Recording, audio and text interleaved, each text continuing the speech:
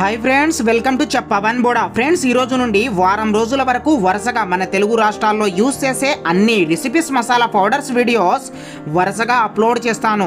So ముఖ్యంగా ఈ రోజు బిర్యానీ మసాలా నుండి స్టార్ట్ చేసేద్దాం। ఫ్రెండ్స్ ఈ బిర్యానీ మసాలా నా ఓన్ ప్రిపరేషన్। ఈ మసాలాకి నేమ్స్ కూడా మా రెస్టారెంట్ కిచెన్ స్టాఫ్ కి మేనేజర్ కి చాలా బాగా నేను ఈ మసాలాలతో చేసిన బిర్యానీ బాగా నచ్చడంతో ఇలా ఈ నేమ్స్ పెట్టారు। ఒకటి బిర్యానీ బ్లాక్ మసాలా, ఇంకోటి బిర్యానీ నార్మల్ కచ్చా మసాలా। ఈ మసాలా వీడియోస్ కూడా ఇంతకు ముందు చేశాను, కానీ అందులో ఎటువంటి సీక్రెట్స్ రివీల్ చేయలేదు। సో ఈ వీడియోలో అన్ని 1 బై 1 చెప్పేస్తాను। సో ఇంకా ఆలస్యం చేయకుండా ప్రాసెసింగ్ స్టార్ట్ చేసేద్దాం। ముందుగా దాదాపు 1 కేజీ బిర్యానీ కచ్చా మసాలా ప్రాసెసింగ్ చూద్దాం। ఒక బేషన్ లో 250 గ్రామ్స్ గ్రీన్ కార్డమం తీసుకోండి। ఈ ఇలాచీలు ఎంత తీసుకుంటే అంతే సాహి జీరా వేయండి।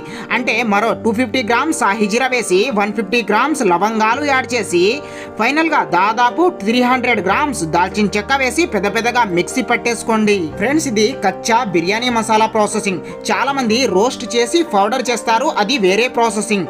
ఆ మసాలా స్టోరేజ్ ఉండదు, జస్ట్ ఫ్లేవర్ అప్పటికప్పుడు మాత్రమే వస్తుంది। కచ్చా మసాలాని ఎప్పుడైనా పౌడర్ చేయకండి, ఎందుకంటే దాల్చిన చెక్కని బిర్యానీలో పౌడర్ చేసి వేయకూడదు। చాలా మంది తెలియక పౌడర్ చేస్తారు ఈ దాల్చిన చెక్కని, అలా చేయకండి। ఒకవేళ ఓన్లీ దాల్చిన చెక్క పౌడర్ని బిర్యానీలో వేస్తే చేదయ్యే ఛాన్స్ ఉంటుంది।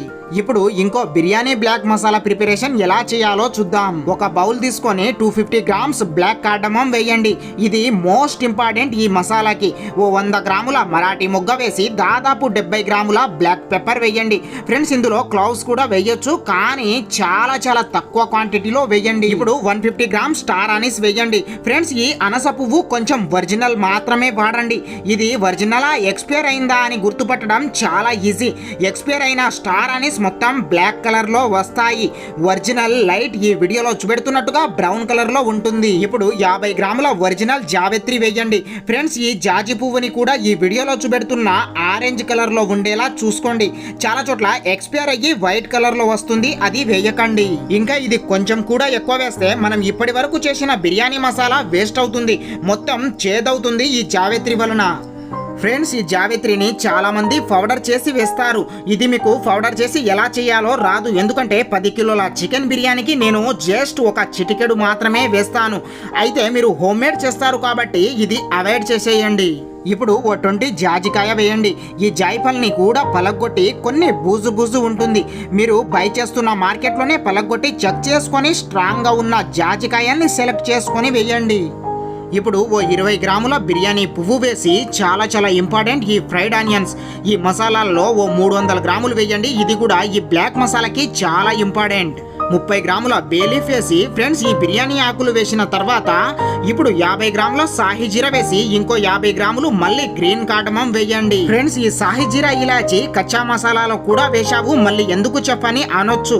ఫ్రెండ్స్ కొంచెం తక్కువ క్వాంటిటీలో వేయండి, ఇది ఫ్లేవర్ కోసం। ఈ ఇలాచీలు బిర్యానీకి టేస్ట్ కోసం కాదు, మంచి గుమగుమలాడిపోయే ఫ్లేవర్ రావడం కోసం మాత్రమే అని గుర్తుంచుకోండి।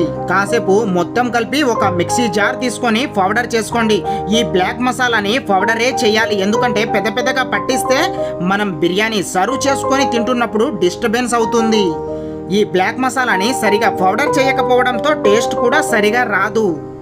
మొత్తానికి బిర్యానీ కచ్చా మసాలా ఇలా పెద్దగా పట్టేసుకొని బిర్యానీ బ్లాక్ మసాలా ఇలా పౌడర్ చేసి ఎయిర్ బయటికి వెళ్లకుండా 1 మంత్ వరకు యూజ్ చేసుకోండి హోమ్ మేడ్ లో।